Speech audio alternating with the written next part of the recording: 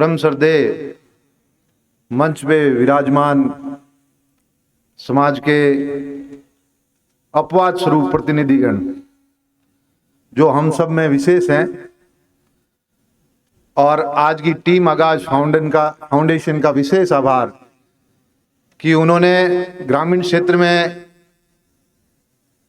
इस बारे में सोचा।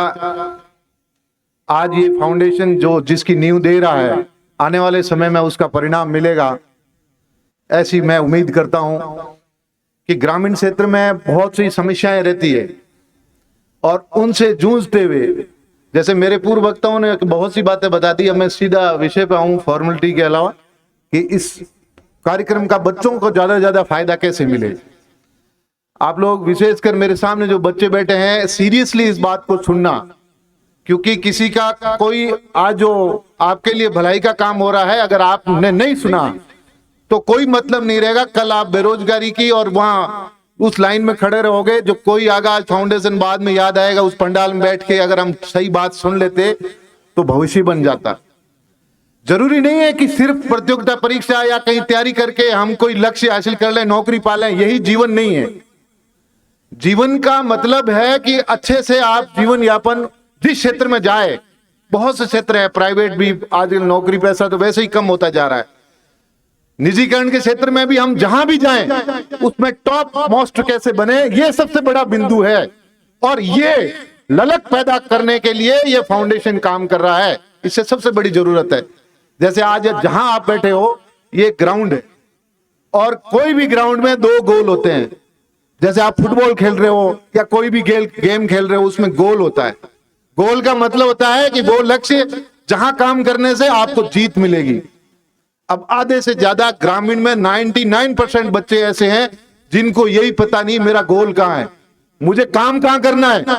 अभी मैं पूछ लूं किसी बच्चे से उठा के कि 10वीं में पढ़ रहा है, 12वीं में पढ़ रहा है, उसका लक्ष्य क्या है, कोई बच्चा नहीं बता पाएगा गांव का। इवन मुझे भी पता नहीं था जब मैं 10th में यहाँ राजकीय गवर्नमेंट स्कूल में जाटावास में पढ़ रहा था। 10वीं में मुझे ही पता नहीं था, सिर्फ इतना पता था कि फर्स्ट डिवीजन से 10वीं पास हो जाए तो गांव में एक तारीफ मिलेगी कि लो बच्चा फर्स्ट डिवीजन आ गया। इसके अलावा किसी को कुछ पता नहीं होता। और हम बात करते हैं जब हम 12वीं पास करके शहर चला जाता है ये गांव को बच्चा, तो उसका कोई गोल तो रहता नहीं, कोई लक्ष्य तो रहता नहीं, और भटक जाता है शहर की चक्काचौंध में, घर वालों के पैसे भी बर्बाद करते हैं। ऐसा नहीं है, हर माँ बाप कोशिश करता है अच्छे पैसे चाहे ऋण लेके अपने बच्चों को शहर भेजता है पढ़ाने के लिए, लेकिन वहां माहौल ऐसा चकाचौंध शहर की, वो गांव का बच्चा उसमें खो जाते हैं। सिर्फ 1% बच्चे अपवाद स्वरूप सफल होते हैं, जो आपके सामने बैठे हैं, जो अधिकारी बनते हैं। इनके साथ ना जाने कितने बच्चे शहर गए, माँ बाप ने पढ़ाया होगा, खूब खर्चा दिया होगा, लेकिन वो सब लौट के वापिस ऐसे ही घर आ गए और आज बेरोजगारों की तरह घूम रहे हैं या कहीं अदर जो ऐसे धंधे कर रहे हैं जो समाज के अनुकूल नहीं है। यह स्थिति क्यों है हमारे समाज के सामने, यह सोचने का विषय है और यह सबसे बड़ी जरूरत है। देखो, ना तो कोई माध्यम काम आता, ना ये संसाधन है। जैसे एक लाइब्रेरी एक संसाधन है, इसका अभाव होगा। कृष्णाराम जी हमारे बीच में पधारे जी। तो मैं कह रहा था कि सबसे पहले गांव के क्षेत्र में विशेषकर हम जो बच्चे अभी समझ नहीं पा रहे हैं कि उनका लक्ष्य क्या है, उनका गोल क्या है। और याद रखो, उस लक्ष्य को, उस गोल को प्राप्त करने के लिए करना क्या पड़ेगा। जैसे आप फुटबॉल खेल रहे हो, अगर फुटबॉल में उस तरफ आपको गोल करना है तो आप क्या करोगे, सबसे पहले आप बॉल को लोगे और अपने जो प्रतिद्वंदी खिलाड़ी है उनको छकाते हुए, कैसे ही उनको दूर भगाते हुए जाके गोल करोगे जब आपकी जीत होगी। अब सबसे पहले आप तय करो कि मेरा गोल क्या है। तो इस बार ये तय कर ले, यहाँ जो जिस क्लास का बच्चा है वो आज इस फाउंडेशन के इस प्रोग्राम से ये सीख के जाए कि मुझे मेरी कक्षा में टॉप आना है। सोच ले कि मुझे नई दुनिया की कोई भी ताकत आ जाए, कैसी भी परिस्थिति आ जाए, चाहे पैसा नहीं, माँ बाप स्कूल नहीं भेजे, बुक्स मिले, कहीं से व्यवस्था करनी है, कोई भी गुरुजी कहीं भी ज्ञान दे, लेना है और मुझे फर्स्ट आना है। ये सोच सबसे पहली जरूरत है, नहीं तो दुनिया की कोई ताकत, कोई संसाधन आपको कभी जीत नहीं दिला सकता। ये मैं साफ सत्य बात कहता हूं। जीवन में सबसे जरूरत है उस तय करने की कि मेरा गोल क्या है और उस गोल को प्राप्त करने के लिए मुझे क्या करना चाहिए। ये आपके पास होना चाहिए कि मेरे को जो लक्ष्य मैंने दिया। जैसे आप देखते हो क्रिकेट के अंदर अभी बहुत प्रचलन वाला खेल है, बॉल फेंकता है और वो खिलाड़ी देखता है, दोनों में कसम कस रहती है। बॉलर सोचता है मेरी बॉल पे आउट हो जाए, और बैटिंग करने वाला सोचता है मैं छक्का लगा दूं।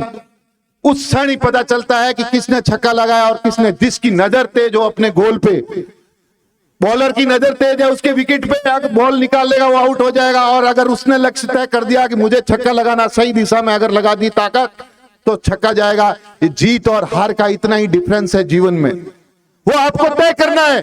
आज और कोई करे न करे, आप जितने पंडाल में बच्चे बैठे हो, ये तय कर दो कि मुझे आज मेरा लक्ष्य क्या है, और उस लक्ष्य के अनुरूप आप प्रयास करें। चाहे खेल के क्षेत्र में जाओ, चाहे पढ़ाई के क्षेत्र में जाओ। आज एक फर्स्ट आने वाला, क्लास के अंदर टॉप करने वाले बच्चे की क्या विशेषता है, कितना पढ़ता है, वो आप वो काम करिए जो वो करते हैं। आधे से ज्यादा लोगों को यही पता नहीं है। अगर आज आपने मेरे कहने से तय कर लिया कि मुझे क्लास में फर्स्ट आना है, क्या सोचने से फर्स्ट आ जाओगे? उसके बाद आपको यह प्रयास करना है कि फर्स्ट आने के लिए क्या जरूरत है, क्या क्या करना चाहिए, और उसमें आपको खुद को पहचानना होगा कि मेरी कमजोरी क्या है। उन कमजोरियों को दूर करूंगा। हर पॉइंट्स को, हर गेम को, हर लक्ष्य को पाने के लिए दो चीजें खींचती है। एक तो उसको लक्ष्य की ओर ले जाने वाली वो सारी बातें, और एक उस लक्ष्य में बाधा डालने वाली और सारी बातें। जैसे आप देख लो, अभी आईपीएल शुरू हो गया, ये बच्चों के लिए डिस्टर्ब है। बच्चे 4 घंटे अगर मैच देखेंगे तो पढ़ेंगे कब? अपने गोल से वो भटक जाएंगे। भले ही आज लक्ष्य तय करके जाओ, तो सबसे पहले मुझे सोशल मीडिया से दूर रहना है, इतनी अच्छी अच्छी बुक्स लाके पढ़नी है। जैसे हर सफल होने वाला बच्चा कम से कम 13 घंटा पढ़ता है। आप 13 घंटा पढ़ लीजिए, दुनिया की कोई ताकत आपको प्रथम आने से नहीं रोक सकती। ये सत्य बात है। और अगर उसके अनुरूप नहीं पढ़ोगे तो चाहे कितने ही भाषण सुन लेना, कितने ही अच्छी संसाधन आपको उपलब्ध हो जाए, माहौल उपलब्ध जाए, लेकिन आप सक्सेस नहीं होंगे। आप अनुरूप प्रयास ही नहीं कर रहे हैं। रवि बिश्नोई ने अगर गेम में प्रयास किया तो हर बॉल, दिन रात बॉल फेंकने की, उसकी जितनी ज्यादा बॉल किसी ने नहीं फेंकी, इसलिए वो आज इंडिया खेल रहा है। नहीं तो बहुत से लोग भीड़ है वहां क्रिकेट में भी। जीवन में सबसे ये जरूरत है उस वक्त की कि आप उसके अनुरूप अपने ब्लैक होल्स, अपनी बुराइयां और अपनी अच्छाइयां दोनों की तुलना करके उनको छोड़ के, जैसे एक खिलाड़ी को उस गोल करने के लिए क्या क्या जरूरत है, क्या क्या स्टेमिना की जरूरत पड़ेगी, उसके अनुरूप वो प्रयास करेगा, तब वो उस दिशा में जाएगा और अंतिम जीत होगी। यही प्रयास सबसे बड़ा करने की जरूरत है। और यही सीख लेके हर बच्चा आज जाए कि मैं 92, 95, 99% बनाऊंगा, और 99% बनाने वाले बच्चे के बराबर प्रयास करूंगा, उससे ज्यादा प्रयास करूंगा। ग्रामीण क्षेत्र में संसाधन कम है, संसाधन बहुत कम है, तो उसके शहर वाले बच्चे के पास संसाधन ज्यादा है। तो गांव और शहर में फर्क क्या होगा? फर्क यह होगा कि गांव के बच्चे में ताकत ज्यादा है, वो मेहनत ज्यादा कर सकता है, वो 14 की जगह 18 घंटा दे सकता है। शहर का बच्चा 5 घंटे से ज्यादा बैठ नहीं सकता। माँ बाप ने लैपटॉप दे दिए, कंप्यूटर दे दिए, अच्छा सोफा दे दिया बैठने के लिए, एसी दे दिया, लेकिन जीवन में आज तक ऐसी पद्धति नहीं आई जिसने स्टेमिना भी हो। स्टेमिना ऐसे नहीं मिलती, वो तो कर्म करने से ही मिलती है। अगर ये कर्म करने, स्टेमिना वाला, ताकत देने वाला सिद्धांत अगर आराम पर और संसाधनों पर डिपेंड होता तो अर्जुन कभी नहीं जीतता। इन्हीं दुनिया के जितने भी सुप्रीम लोग हैं, जो दुनिया के बापू हैं, वो बापू नहीं बनते, वो आज भी नौकर रहते। वो बापू इसलिए बने कि उन्होंने अपने आप को इतनी स्टेमिना पैदा की, अपने आप को उसमें झोंक दिया, अपना जीवन समाप्त कर दिया, इसलिए उसको चरम सीमा पे जो है उपलब्धि मिली। आप लोग भी आजाद फाउंडेशन के माध्यम से, ये लाइब्रेरी आपका एक संसाधन है जो आपकी 2 घंटा मेहनत को और सरल बना सकता है, लेकिन कभी भी आपको सफलता नहीं दिला सकती। सफलता लेनी है तो खुद में 14 की जगह 15 घंटे पढ़िए, कोई ताकत नहीं रोक सकती। यही सबसे बड़ा एक मर्म है। और दुनिया के अंदर इस प्रैक्टिस और अभ्यास और बैठने की ललक के सीधा कोई सरल उपाय नहीं है। जीवन में कोई शॉर्टकट नहीं है। अभी अमेरिका ने, पिछले राष्ट्रपति ने कहा था अपने बच्चों से कि इंडियन आ रहे हैं, मैथ पढ़िए, पढ़ लीजिए, नहीं तो भारतीय सारे संसाधनों पर कब्जा कर लेंगे। कारण क्या था कि भारत में बेरोजगारी बहुत ज्यादा है और लोग अपने लक्ष्य को पाने के लिए दिन रात मेहनत करते हैं। अमेरिका के लोग आराम परस्त हो गए, बच्चे भी आराम परस्त हो गए, इतने नहीं पढ़ पाते हैं जितने भारतीय लोग पढ़ पाते हैं, इसलिए वो हमसे पीछे हो गए। और कोई रीजन नहीं है और कोई कारण नहीं है। संसाधन तो उनके पास बहुत अच्छे हैं। आपने देखा होगा देश में जितने भी बड़े आईएएस अधिकारी या बड़े बड़े अधिकारी हैं, उनके बच्चे इतने सक्सेस नहीं होते। इसके पीछे कारण क्या है? उनका बाप तो बहुत टैलेंट है, दिन रात बच्चों को भाषण देते हैं, बेटा पढ़, इस तरीके से पढ़, यूपीसी की फलानी बुक पढ़, लेकिन उनके बच्चे यूपीसी में सिलेक्ट नहीं हो पाते। सोचा कभी कितने अच्छे अच्छे टीचर हैं, उनका बच्चा सिलेक्ट नहीं हो पाता? क्या वो ज्ञान दे देते हैं अपने बच्चे को? देते हैं, लेकिन बच्चे के अंदर वो स्टेमिना नहीं है, आराम परस्त हो जाते हैं बच्चे उनके। आपके बराबर वो पढ़ नहीं पाएगा। जितना घंटा आप बैठोगे वो बच्चा बैठ नहीं पाएगा, और बैठ के इतना अध्ययन नहीं कर पाएगा तो वो सक्सेस नहीं होगा। यही सफलता की कुंजी है और कोई चाबी नहीं है इसकी शॉर्टकट की। और जितनी शॉर्टकट की चाबियां हैं वो बर्बाद करने वाली है। चाहे आप बिजनेस ले लीजिए, चाहे कहीं और लीजिए, बड़े बड़े प्रखर पंडित, मोटिवेशनल स्पीकर इतने अच्छे भाषण देते हैं और बहुत कुछ उनको नॉलेज है, अपने बच्चे को बताते हैं, लेकिन बच्चा योगी नहीं, सुन नहीं पाता घर में। कारण क्या है? कि उनने इतने संसाधन बच्चों को उपलब्ध करा दिए कि उन संसाधनों के कारण बच्चा सोचता है मेरे पास ये सूचना इजी वे में आ जाएगी, मैं क्यों पढ़ूं? मेरे को तो नेट पे तुरंत देखूंगा, यहां से ये सूचना मिल जाएगी। वो पढ़ नहीं पाता, वो आपके बराबर नहीं टिक पाएगा, इसलिए वो कभी सफलता नहीं हासिल कर सकता। और ये हिंदुस्तान ही नहीं, ये इंसान की आदत है, ये इंसान की ह्यूमन में नेचर है कि वो आराम, और जहां कठिनाई होगी वो आराम परस्त की ओर भागेगा। आपके सामने जितनी ये हस्तियां बैठी है, इन्होंने अपने समय में सब कुछ छौंका है। इनके कंपटीशन में वही आईएएस के लड़के होंगे, आरएस के लड़के होंगे, बड़े बड़े बिजनेसमैन के जो सारे संसाधन थे उनके लड़के होंगे, लेकिन वो सफल नहीं हो पाए। क्योंकि जितनी मेहनत इन्होंने की, जितना लक्ष्य निर्धारित करके अपनी कमियों को दूर किया इन्होंने,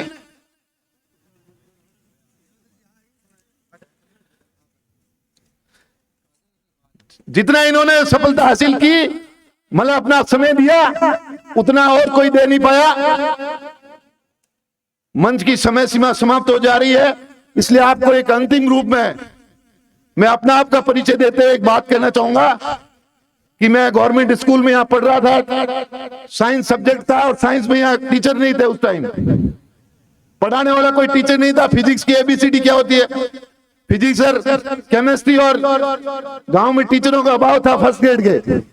लेकिन हमने लक्ष्य निर्धारित किया कि इस पढ़ाई से आने वाला कंपटीशन हम फाइट नहीं कर सकते, तो इस टाइम समय की जरूरत है, कहीं कांस्टेबल की नौकरी मिले उसके अनुरूप तैयारी करके हासिल कर लो। कांस्टेबल बनने के बाद उस प्रयास को जारी रखा। तो आप सब ग्रामीण बच्चे हो, पहला अपना बड़ा, जरूरी नहीं कि बहुत बड़ा लक्ष्य आज मैं निर्धारित करूं, जो लक्ष्य निर्धारित करो उसके अनुरूप प्रयास शुरू कर दो। आज ही, आज आप तय कर दो कि मेरी फैमिली की इतनी बड़ी आर्थिक स्थिति नहीं है कि मैं सीधा दिल्ली पहुंचूं और तैयारी करूं। आप 12th तक बहुत अच्छे से तैयारी करिए, छोटे लेवल पे आप नौकरी तुरंत हासिल करिए, उसके लिए अनुरूप सारे प्रयास, अपना लक्ष्य निर्धारित करके क्या क्या मेरी कमजोरी है, कमजोरी का जैसे मैं बताऊं आपको कि आज सोशल मीडिया नहीं पढ़ने देता, समाज में रोजाना जीवन हो या टी जानो, ये डिस्टर्ब है बच्चे के लिए, वहां जाना रोक दो। मोबाइल से, इंटरनेट से, इस फैसिलिटी से जितना आप यूज कर सकते हो उतना अच्छे के लिए पॉजिटिव यूज करो, अपना आइडियल चेंज करो।